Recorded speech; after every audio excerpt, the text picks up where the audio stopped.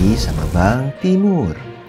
Di video kali ini kita bakal bahas salah satu judul komik yang sebenarnya udah hadir sejak lama dan bisa dibilang salah satu komik bertema profesi pertama di Indonesia.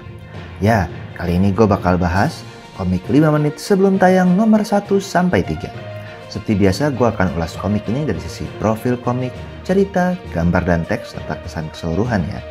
Ingat juga kalau ulasan ini murni pendapat gue, jadi kalian bisa setuju bisa enggak sama video ini. Oke, biar gue makin semangat bikin konten serupa, please comment, like, subscribe, dan share video ini ya. Yuk kita lihat profil komik ini. Sedikit jelasin tentang sejarah penerbitannya. Judul 5 menit sebelum tayang ini adalah salah satu intellectual property atau IP komik yang udah cukup lama hadir di dunia komik Indonesia. Komik karya Okto Baringbing sebagai penulis dan Mato atau M. Fatonatul Haq sebagai ilustrator ini telah digarap dan mulai tayang tahun 2012 di salah satu pionir platform komik daring, yaitu Mako, udah 10 tahun lalu ya.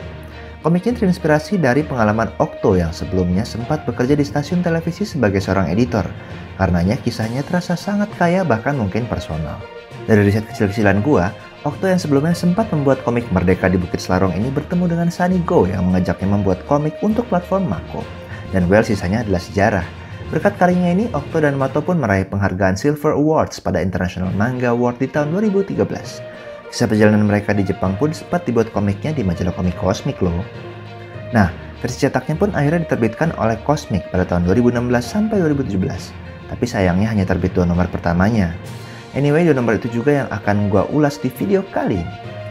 Perjalanan penerbitan komik 5 menit ini pun berlanjut ke platform komik daring Komiko pada tahun 2017, tapi sayangnya Komiko menutup layanannya pada tahun 2019.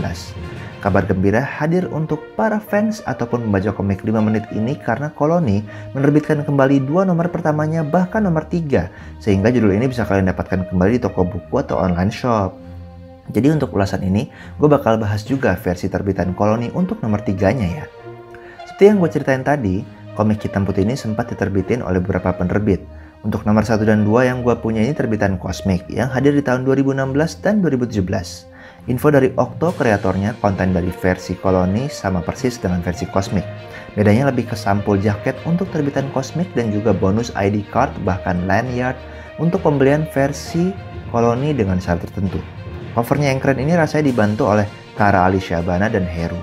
Komik ini cukup tebal dengan 176 halaman untuk nomor pertamanya dan 168 halaman untuk nomor keduanya. Tiap nomornya terdiri dari 6 episode dan untuk nomor keduanya bahkan ada bab tambahan selingan kisah dari kreatornya. Selain penulis dan ilustrator, rasanya kreator lain yang terlibat di komik ini perlu diapresiasi juga ya. Ada Jotan, Dimas Pamekas, Aji Raditya, Uwi Mantovani, Muhammad Daniel, Risma Megawati untuk 2 volume pertama dan Ayoga Nanda untuk terbitan barunya. Versi Cosmic punya sampul jaket yang gambarnya sama dengan cover edisi Koloni. Bagian dalamnya sendiri hanya cover putih bertuliskan 5 menit sebelum tayang. Untuk versi Koloni nomor 3 yang gue punya dicetak dalam 160 halaman dan punya UV finish untuk tulisan judulnya, sehingga lebih glossy kalau terkena cahaya. Oh iya, komik terbitan baru ini juga didukung oleh King Production yang gue kenal dari webtoon Who's Mr. President. Keduanya punya punggung buku yang nunjukin judul, kreator, dan nomor komiknya. Kita juga bisa nemuin sinopsis di halaman belakangnya dan informasi kalau komik ini dibuat untuk 13 tahun ke atas. Mungkin karena ada beberapa adegan mock chat, atau temanya yang berkaitan dengan office politics. Kurang paham juga ya. Untuk terbitan Koloni yang dibeli lewat MNC Official Shop Shopee dan Gramedia Official Store Tokopedia, para pembaca bisa juga mendapat bonus menarik yaitu ID card untuk pembelian 1 nomor komik dan lanyard atau tali ID card jika membeli 3 nomor langsung, walaupun terbatas untuk 30 pemesan pertama waktu itu di periode awal September 2022 ya. Nah, yuk kita lihat ulasan lebih lanjut dari tiap aspeknya. Kita masuk ke bagian ceritanya ya. Komik 5 menit sebelum tayang menceritakan kisah Budi, seorang editor paket acara di stasiun televisi yang penuh tekanan dan akan memutuskan untuk berhenti bekerja di kantor itu. Tapi ternyata, serangkaian kejadian di sekitarnya membuat dirinya mengurungkan niatnya berhenti, bahkan memberinya semangat baru untuk tetap bekerja di stasiun TV. Di awal udah gue jelasin kalau komik ini ditulis oleh kreator yang emang pernah kerja beneran di TV sebagai editor. Karenanya gue ngerasa komik ini punya cerita yang terasa organik, dan kita mudah untuk percaya kalau berbagai kejadian di komik ini pernah beneran terjadi. Dari 3 nomor komik ini, gue bisa bilang ada 4 cerita utama. Mulai dari kegampangan Budi untuk keluar dari kantornya, dilanjutin cerita tentang pertemuannya dengan Arum dan kasus cloningan video yang berlanjut ke nomor 2, lalu ada liputan kasus suap atlet bulu tangkis yang mencapai konklusinya di nomor 3, sampai kejadian kecelakaan di mall saat Budi dan Arum jalan bareng. Untuk rencana penerbitan dalam 5 volume, mudah-mudahan komik ini disambut cukup baik oleh pembaca komik lokal ya, sehingga Koloni bakal nerbitin sampai tamat. Komik ini diceritakan dengan alur maju dan kisahnya memaksimalkan konsep show don't tell, sehingga beberapa kisah masa lalu juga diceritakan lewat panel-panel dan ilustrasinya. Di awal, kita diajak untuk ngikutin cerita ini dari sudut pandang Budi, yang sesekali menjadi narator, tapi perlahan pembaca diajak melihat dari sudut pandang orang ketiga, untuk melihat karakter lain yang menggerakkan plot dan mempengaruhi perkembangan karakter Budi. Rasanya Budi adalah tokoh utama di komik ini karena kita bisa lihat pengembangan karakternya secara lebih menyeluruh di cerita ini. Walaupun bukan berarti karakter lain hanya pemanis aja ya. Tiap tokoh yang ada di sini memiliki perjalanan karakter dan watak masing-masing yang gak kalah menarik. Penceritaan tiap karakternya ini juga yang membuat komik ini semakin menarik. Beberapa tokoh seperti Pak Produser dan jurnalis senior bernama Ramal menjadi semacam sosok yang menimbulkan konflik. Ada juga Arum yang menjadi karakter pendukung dan menjadi penggerak utama perkembangan tokoh Budi. Lalu ada Aryo, si kameramen yang memberi sedikit bumbu cinta segitiga dari subplot asmara di komik ini. Bahkan tokoh Tony, sang atlet bulu tangkis yang terlibat suap pun dikulik cukup baik, dan pembaca turut dibawa melihat perkembangan karakternya dalam waktu singkat.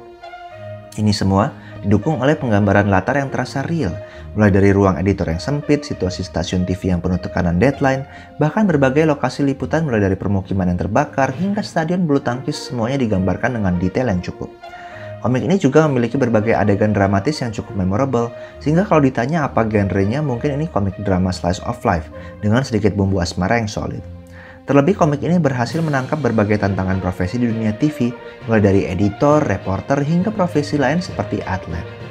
Untuk subplot terakhir yang gue sebut ini juga kayaknya menambah dimensi cerita komik ini yang masih relevan dibahas saat ini, terkait suap dan hubungannya dengan impian seseorang. Pokoknya menurut gue banyak aspek cerita yang bisa dinikmati secara berlapis dari karya Okto dan Mato ini. Masalah sih mereka menang penghargaan internasional. Oke, kita masuk ke gambar dan teksnya ya.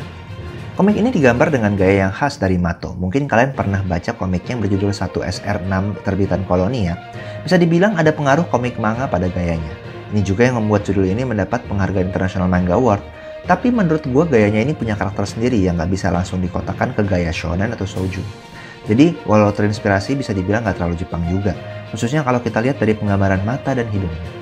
Gue cukup suka dengan line art garis yang halus dan terutama gambar ekspresi, bahkan detail di setiap penggambaran pakaian tiap karakternya. Untuk gambar latar sendiri beberapa kali digunakan pendekatan sketsa kasar, yang cukup jelas untuk diidentifikasi tiap rinciannya jadi tetap terasa nggak asal-asalan, dan bahkan bisa membangun nuansa yang pas untuk tiap momennya. Dan sebenarnya juga nggak sedikit lokasi kejadian yang sepertinya digambar berdasarkan foto asli lokasinya, jadi terasa lebih detail dan nyata. Penguasaan toning dan penggunaannya di sini juga membuat tiap panelnya terasa tidak datar. Untuk desain karakter juga cukup mudah untuk membedakan satu karakter dengan lainnya dan tiap tokohnya itu terasa real. Jadi berasa kayak kita bisa banget nih ketemu orang kayak gitu di dunia nyata. Untuk sebuah kisah drama di komik ini juga kita kerap melihat penggunaan garis aksi kayak The Action. Mungkin karena para kreatornya juga suka komik aksi ya.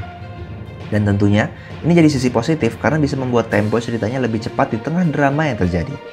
Untuk teks font yang dipakai cukup mudah dibaca dengan penataan balon dan kotak-kata yang baik. Rasanya kita perlu memberi apresiasi ke Imam Ewibowo sebagai penata letak khususnya untuk terbitan kosmik ya. Karena komik 5 menit ini kan awalnya komik daring, jadi pastinya perlu ada penyesuaian saat naik cetak. Dan terbukti alur bacanya nyaman banget meskipun panelingnya sederhana dan gak aneh-aneh. Kita juga bisa melihat penggunaan font dan balon kata yang berbeda untuk penekanan, intonasi atau sumber suara yang berbeda.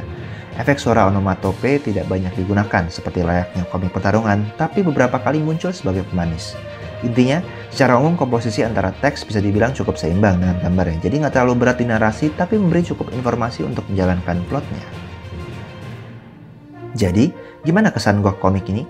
Sebagai salah satu pionir komik bertema profesi di Indonesia, gue bisa bilang bahwa 5 menit sebelum tayang adalah salah satu yang terbaik bahkan untuk genre drama slice of life. Kalau boleh jujur, judul ini juga menurut gue adalah karya terbaik Mas Okto sejauh ini. Mungkin benar kalau dibilang bahwa kisah terbaik justru adalah kisah yang paling dekat dengan kreatornya. Dan komik 5 menit sebelum tayang ini menurut gue adalah salah satunya. Pastinya komik ini cocok buat kalian yang tertarik dengan dunia pertelevisian secara umum. Atau sekedar pengen baca komik dengan naskah yang solid dan ilustrasi yang diakui di level internasional. Oke, mungkin itu dulu dari gua. Jangan lupa untuk tetap baca dan dukung terus komik Indonesia yang pastinya nggak kalah keren sama komik internasional ya. Sampai ketemu di video berikutnya. Cus!